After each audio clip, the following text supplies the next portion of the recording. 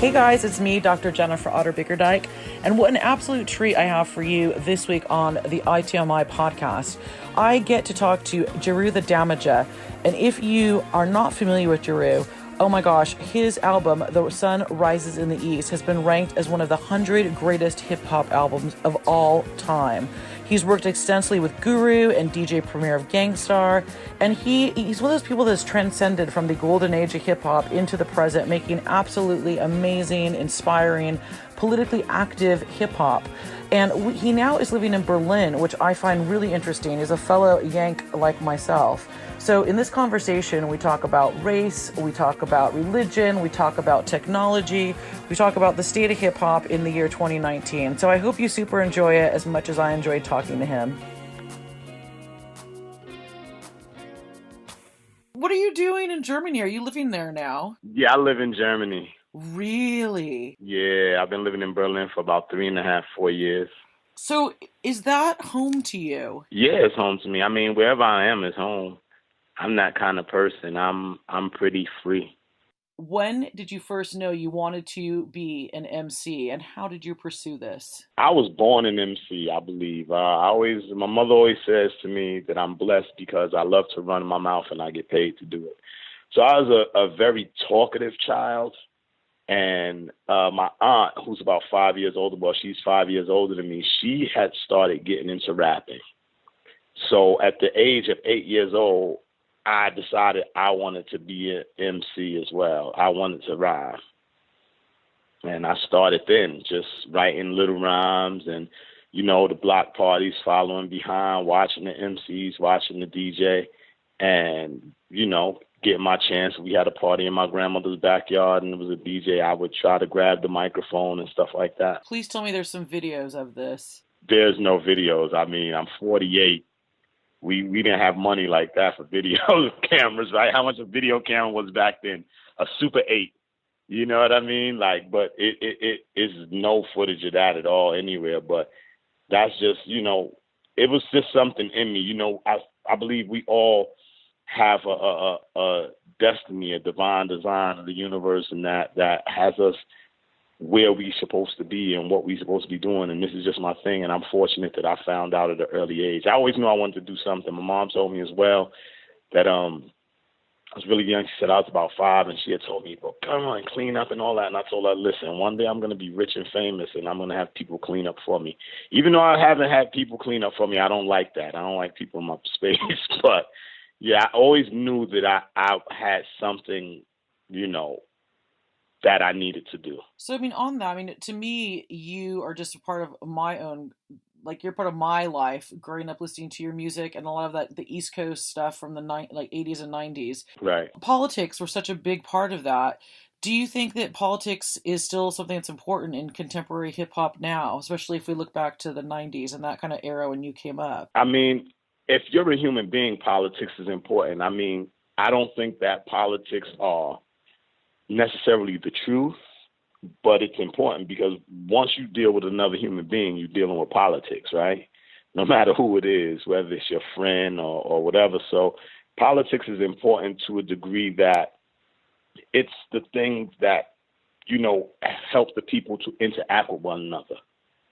And that's all it really is, because, they're going to do, politicians and the bureaucrats are going to do whatever they want to do, but they basically kind of set up the rules for everybody else to play the game, because life is a game, right? So they set up those rules. They're like, if this was like, I'm going to get real nerdy.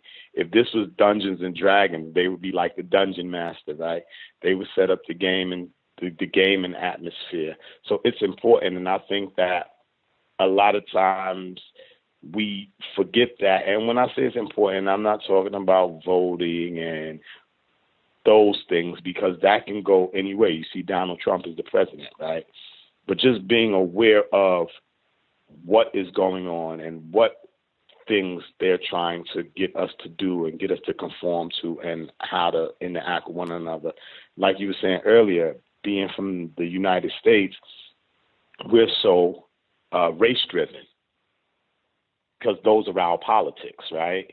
Because it was a country that was founded on the destruction of one culture, which were the Native Americans, the subjugation of another culture, which were the now African Americans. The Chinese built the railroads, the Mexicans were pushed out. That's why they have California. So that's the politics of the United States, and so, yeah, politics are very important. I just think, I know I'm getting old because some of the students that I know at BIM, like they'll play some of the grind stuff for me or drill, and I'm just like, this isn't as good as what I grew up with. Like I've totally turned into that old, scary codger that's like, this isn't as good as, Public Enemy. Right. Do you think but come on, you listen to those records. Those records are brilliant. Do you think that music can still be that powerful in a political way, like as Public Enemy, or was that just kind of a time and a place? It can be, but the thing is, the youth today, they have a different reality. That's true. Than we have. You see, they're just thinking about what they grew up with. They're thinking about their situation. They have access to information that we didn't have access to. They feel so much more entitled than we did. So it's kind of hard for them to really look at things in a struggle type way, right? Because they can see things all over the world. They have access to information. They have the sum total of all the knowledge in all the universities in the world is right online. You don't really have to go to college if you don't want to. You can learn it all online if you're disciplined enough. You won't get a degree. Nobody will say that you're certified, but you can. So I think that their goal is different. See, we want it to be free. They feel like they are free. That's really interesting. I mean, this is totally random, but I remember there was this one tour when I was in high school. It was the Sugar Cubes, Public Enemy, and then PIL with Johnny Rotten.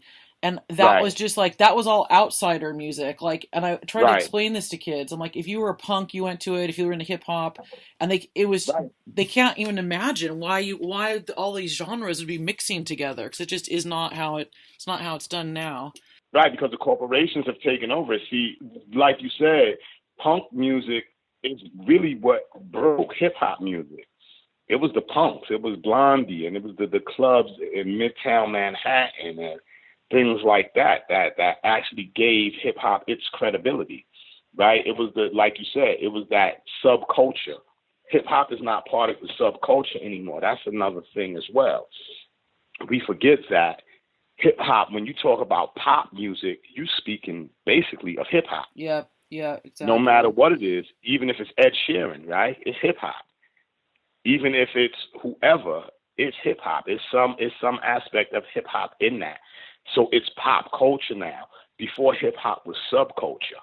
Hip hop was for the outsiders. Hip hop was, you weren't part of the mainstream. Now hip hop is the mainstream.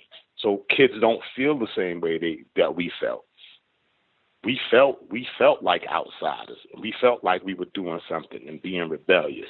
I don't believe the youth today don't really have a rebellious spirit. And when I say that, because they want to rebel against us, but they don't really want to rebel against the system. To them, the system works pretty good.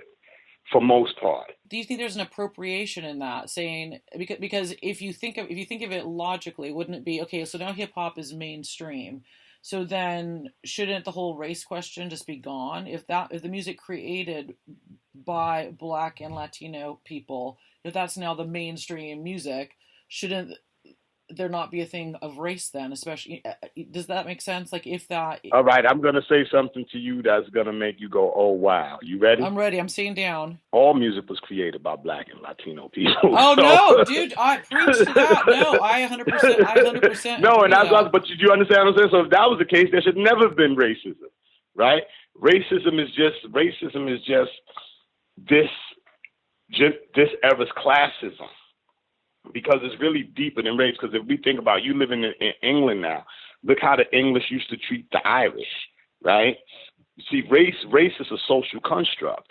There is no real such thing as race. We're all human beings.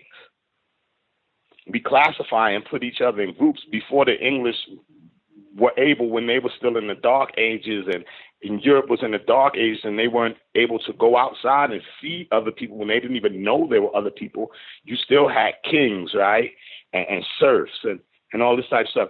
The nature of human beings is the weak oppresses the strong. I mean, the strong oppresses the weak. And that's just it. And we get into groups. That comes from before we even had established communities to be safe. And anything outside of your group could have been a danger to you. So you kept within your group because the other group might come over and steal your women or steal your food or steal whatever. So there's never going to be an end to racism as long as they're human beings because we created race. Race was created. It's like I said, it's a social construct. That's some deep ass shit. But it's real. I mean, look, it is deep. It is deep. And look, from my perspective, I'm a black man, well, a so-called black man, because they didn't even use the terms black and white until the 18th century. Right? And it was only because black denotes bad and white is supposed to be good and clean. So in order to say this is bad, they say, all right, well, they're black. But you have to remember that there was Nubia and all of these different places. I mean, the Europeans were actually civilized by the Moorish and things like that, brought out of the Dark Ages 2 times.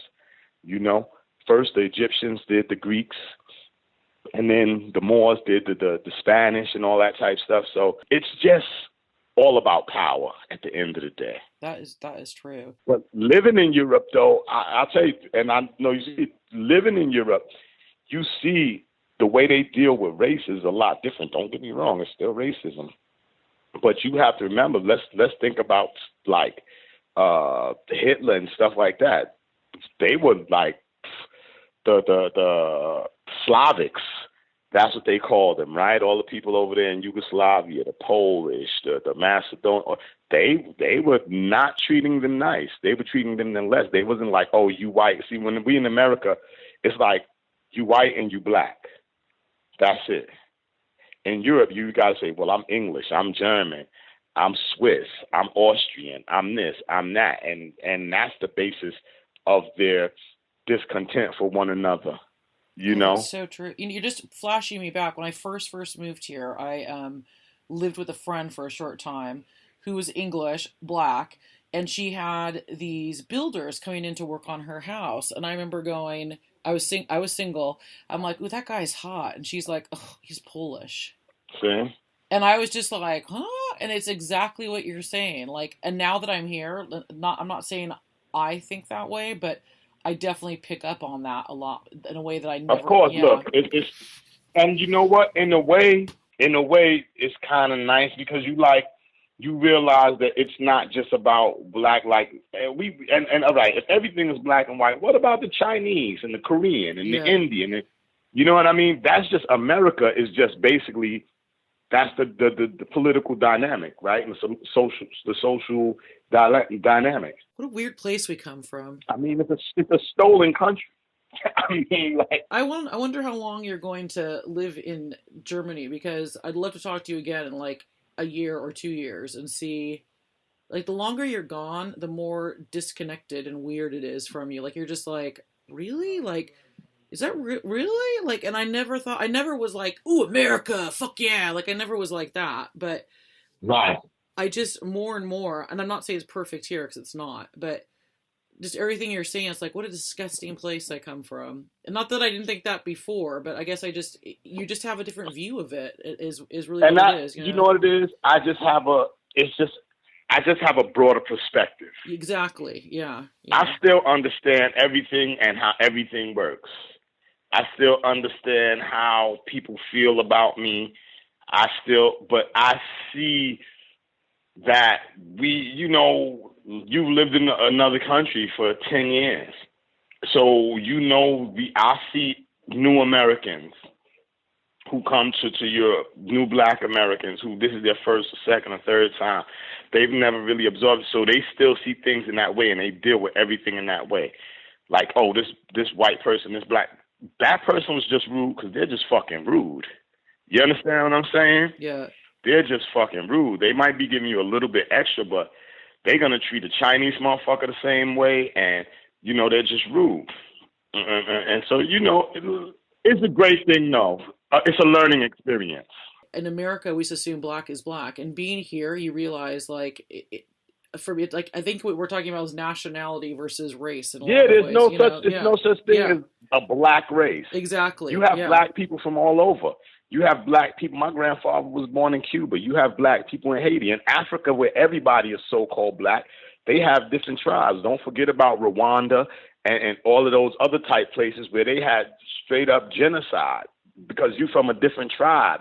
Or how about Ethiopia and Eritrea, were the exact same country, but they think that they're different from each other. So, but we're in America where it's black is black and white is white, and that's it. So it is what it is, but it's ignorance. Do you think race is still an issue in the music business? Race is an issue forever in life. It's just what it is. I mean, come on, the top executives are still white dudes, right? And that's why rap music and the type of music that was created by young urban youth is now mainstream, because the big boys said, listen, this is a powerful tool. You see, because hip-hop was our greatest chance, our greatest tool for self-development and liberation. And what they did, because at first, remember, hip-hop was not popular. They were burning records. They were staying away from this music, just like rock and roll, right? That's what rock and roll, the reason they hated rock and roll is because it was the intrinsic black rhythms that were in there, the gyrations of the waist and all of that stuff and the movement, and that we don't want our kids to see this. But what happens after the time? They say, you can't beat them, you join them, right? You absorb it and you make it yours. That's why now a lot of the top rappers are white boys, right? The top producers. And then they dwindled it down into something that's just entertainment, that's just anybody can do. You don't have to have a great level of skill. But that happens with all music. Music is on something called a U-curve, where at first it's like so simple that it's like, what is this crap, right? Like when hip-hop first started out, real simple. Then it starts to get more complex, until it's the point where it's just too complex. And then it gets really simple again. And that's what we have now. And then people will start to, do new things and make it more complex. So it's all about biding your time. I hope you're right. Do you know who Don Lutz is by any chance? Don Lutz, I'm not sure. He was in Big Idea Dynamite, but he's like this Rasta dreadlock. Like he's a talking head a lot on TV about reggae and like punk and like black music in England. Right. But I interviewed him, and he said he had this phrase, and it's so true. He said the last 2 decades have been very culturally thin. Right. And I was like, oh my God, it's so true. I mean, it's probably 2 years ago almost I interviewed him, and I still think about that all the time, which is kind of what you're talking about right there. Right. It's so simple. I mean, we're just heading towards idiocracy, And that's just it's because of the development of technology. And, before you used to have your own tribe, your physical tribe. Now you can create a tribe on the internet with Instagram and Twitter and all that stuff. And you don't even have to be in the same place, same color. We just have to have the same thought patterns, right? Or believe the same thing, the same ideologies. Even religion is not as powerful as it was before. Religion is not as powerful as it was before, unless you're just talking about them saying that all Muslims are horrible and they want to kill everybody who's not a Muslim. But other than that, the place that religion had in our culture, as far as even in the communities, even in the black community, it's not the same thing. But don't you think that people don't need it anymore because they, like you're saying, they're finding the tribes online? Exactly. I have to send you a book I wrote, or when I see you. And it's called The Secular Religion of Pop Culture, and it's all about that. Like you see, like with the uptick in technology and how easy it is to connect to people, the amount of churches and synagogues are like this is rapidly closing, and like there was, I can't remember which religion it was, but it was a specific branch of Christianity. They said the way that we're going by like the year 2025, all the practitioners will have died, and this branch of Christianity that was very strong is going to be wiped out basically because people don't need that. They don't need that anymore. They Right. have like a lot of That was where technology. you went for your support, your community, Yeah. your spiritual guidance, your oneness to feel one with others. But now you just do that right online, right? And it's instant. It's instantaneous. You don't have to get up. You don't have to put on your clothes. You don't have to deal with people. See, everything is making it built towards not being able to have to deal with people, right? Because there's strength in people. There's strength in numbers. There's strength when we together. But if you can keep everybody separated and just feed them information, that works for corporations. That works for government. Do you find, like, I find this, like, sometimes I'll go, like, I have two really close friends that live in England, but they live on opposite sides of the country. Mm-hmm. And I'll go months with just, like, WhatsApping them or sending a text or an email. Like, God forbid I actually talk on the phone. Yeah, when people WhatsApp me, I usually call them. It's so different. I mean, I know it's obvious, but just you and I talking right now is completely different than if you and I were to have a text conversation. And that, I don't know when that changed, when it became acceptable to send a WhatsApp instead of have a conversation. That's what's so scary, though, Jeru, about this, is that we just accept we don't, but people accept these changes without questioning them. That's the dangerous part to it, I think, in a lot of ways. People have always accepted changes without questioning them. That's why we have World War II and all of the other atrocities that have happened. Slavery and come on. Look, we talk about American culture. America really doesn't have a culture. American culture is European culture because the people who were there got killed. They were all killed. America's only a few hundred years old. So just look at that. Look how deep that is. Is that we don't even know about the thousands and thousands of years of culture in that land where we live before the Europeans came. But people don't really care about it either. I mean, I remember being at college, and it wasn't until I was in college that I was like, oh, Thanksgiving is not, like I couldn't believe like what I'd been, I sound like so cliche, but I was just like, what I've been told my whole life is not true. Of course. And that was really, really alarming for me. They made it seem like they came there with this fresh land, motherfuckers were living in teepees, and people had cities. Yeah. People had cities, metropolises, and all types of things. But we, not we, because I ain't do nothing. It's not your fault. Your hands are clean. Not we, but America, the Europeans came in, and I mean they've been doing that. That has been Europe's goal for the last, let's say, 1,000 years or whatever. They've just been trying to monopolize the world, right? They went into China. They finally broke that after Genghis Khan. All of these different islands all over the world where people speak French and this and that. That's because of the European coming in and putting his foot down, the Spanish, this one, that one. Their goal has been to conquer the world. And I mean, and that's just this incarnation of life, because life is billions of years old. We just another incarnation, and this is the way it is. This go round. So I'm not really too stressed. I'm gonna keep pushing and do what I do and just be happy about it.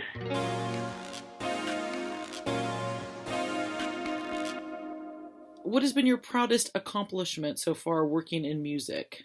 Just being able to know that people have benefited from my music. I get loads of emails and texts of people telling me stories about how my music impacted their lives. And one of the greatest stories, and one of the saddest, but what made me most proud, is that this is in the Facebook days. A guy wrote me and he said, listen, MySpace? Do you mean MySpace? Yeah, MySpace. What did I say? You said Facebook. I'm like... Yeah, I mean MySpace. Yeah, the MySpace days. A guy wrote me. He said, I'm a paraplegic, and the reason I became a paraplegic is because I got shot several times. He said I was in the street dying, and I sang the lyrics to Can't Stop the Prophet to help me stay conscious so that the ambulance could come. And that changed my life. It let me know that, regardless what's going on, I have impacted the world. And so I got to say that was my proudest moment, my greatest accomplishment, my greatest achievement, that something that I did helped somebody to stay alive, literally. That is insane and intense and cool. Did you ever get to meet that person in real life? I didn't. I would love to, and I'm telling you, it almost made me cry. It actually scared me. It scared me because I was like, wow, my mother always said words have power, your words are your weapons. So that's why I would always try to choose my words correctly. Like even now, I'm getting ready to drop the Damaja off my name, right? Because I did that already. I damaged, I destroyed. I was feared. Now I want to be Jeru the Magnificent. Jeru, something that's more to what I'm doing now, manifest the greatness that I am now. Do you feel like you've outgrown that? Do you feel like you've done that and now you've outgrown that? So you're on to... I mean, it's just the vibration. I'm on a higher vibration. I'm not a teenage warrior anymore. I'm not a young warrior anymore, right? So I need to be more regal, and I need to manifest things that are more regal, and the vibration of damage, the damager, it's a vibration that's, for the time, it was great, right? Because I was trying to tear down a certain system. But now I'm trying to build. I'm trying to manifest greatness. I love that. That's really good. Things you wish you would have understood or known at the start of your career. What are like 3 things you wished you would have understood or known? I wish I would have understood the power of shutting the fuck up. You know what I'm saying? Like sometimes you can't say everything. Sometimes you can't say everything. Things need to be left unsaid and just moved upon. Another thing is I wish I would have had a better understanding of group dynamics so I could have had a better team, because everything is about the team. No man is an island, so everything is about the team. And just, yeah. And I wish I would have been a little more humble. Do you think what because you sound quite confident but normal. I mean that in like the best way possible. Right. I'm not like a deep narcissist or anything like that. Yeah. But but when I say that, I wish I would have listened more because I could have learned more. I thought I knew everything. I wish I knew, but that's youth. So you can't. It's not that it's not a regret or anything. But you said I wish I would have known, right? So I just wish I would have known that I didn't know as much as I thought. And that's when I say humble, as far as being more, humble in that aspect and respect of my life. Do you think too, though, did you have this, I always call it like the peanut M&M syndrome, where like on the outside, you're like confident, but there's this like chocolate part that's like, oh God, like people are going to find out I'm an imposter. Every human being. But the inside, you're like, yes, I know I can do it. So it's like you're the peanut M&M. You know what I mean? Like, the people who are the most confident, who portray the most confidence, are usually the most soft. You know what I mean? So true. That's because we set up, psychologically, we set up these walls around us in order to make us, safe. That's our ego's job. A lot of people think the ego's job is when they say, person's ego, they thinking that the ego is just boasting. No, your ego's job is to keep you safe, to say, look, son, you can't beat that lion on your own. You might want to run back here and hide or climb a tree or something like that. Your ego is going to always do that to you. That's where fear comes in, right? That's your ego talking to you. Like, listen, you don't want to get hurt. You soft. You break easy. So, but it's life, and in growing, you get tougher. I like that. This has been like I feel like you've looked into my soul in this conversation. You just came off touring. What are you working on right now then? Are you just trying to have a little bit of downtime? Well, I'm actually working on a new record. I'm working on a new record. I'm working on my greatest work ever, right? Because each one each one should be, and I'm trying to embrace the youth in a way where it's not too, because I'm never going to try to emulate what they're doing, right? I'm 48 years old. I'm not, that's the most ridiculous thing you see when you see a guy my age trying to be like one of these 25-year-olds, right? But I'm developing a new sound, something that's pleasant and for all people. Wow. And when any timeline on this? When the universe says it's right. Yeah, I was gonna say, how do you stop working on something? Like, do you just say, do you set yourself a timeline and like that's it? You have to be done by then. No, you just keep going back in and fiddling. No, I'm not gonna keep going back in, but I'm just gonna.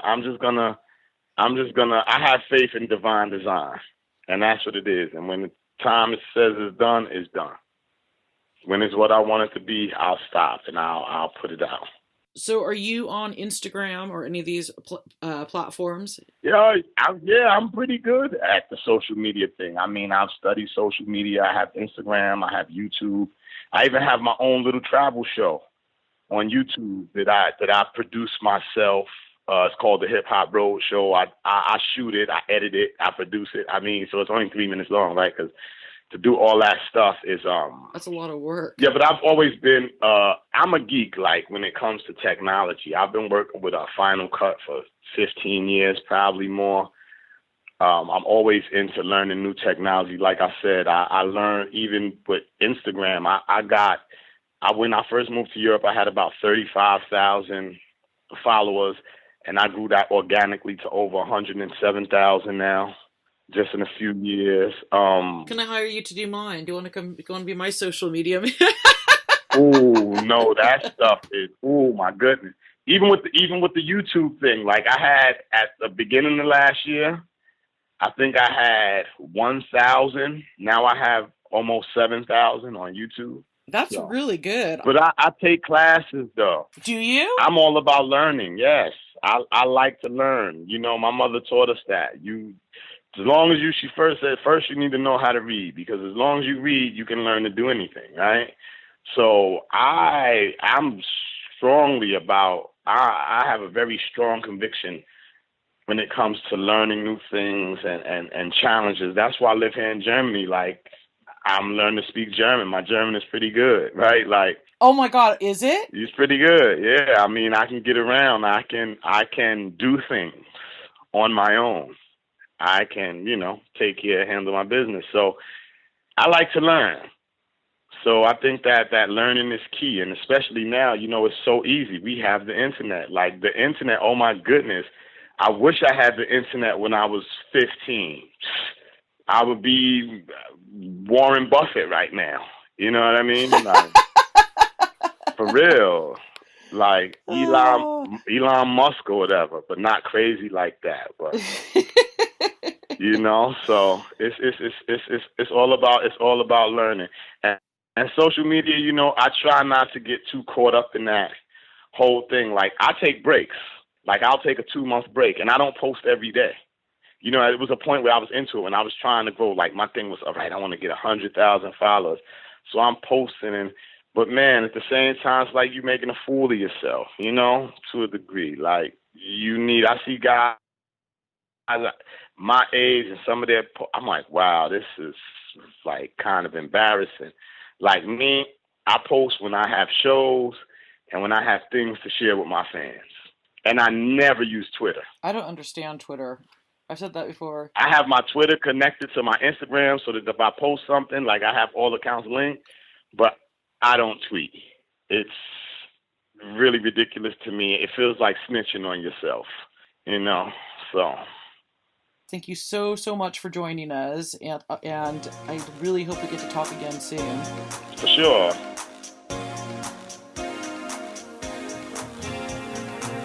Thanks for listening to this episode of the ITMI podcast. If you enjoyed the podcast, don't forget to subscribe, give us 5 stars, share with your friends, share with your enemies. We're available on all platforms, including SoundCloud and YouTube. If you have any suggestions, questions, or people you'd like to hear us interview for the podcast, then please drop us a line through our email address that's in the description. Thanks, and catch you next time.